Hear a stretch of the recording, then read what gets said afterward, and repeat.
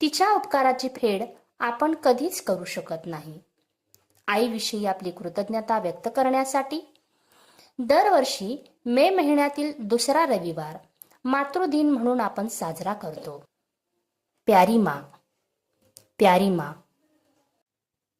माँ तेरे जैसा कोई नहीं प्यारा, माँ तेरे जैसा कोई नहीं प्यारा, मैं हूँ तेरे मन का दुल्हारा, मैं हूँ तेरे मन का दुल्हारा.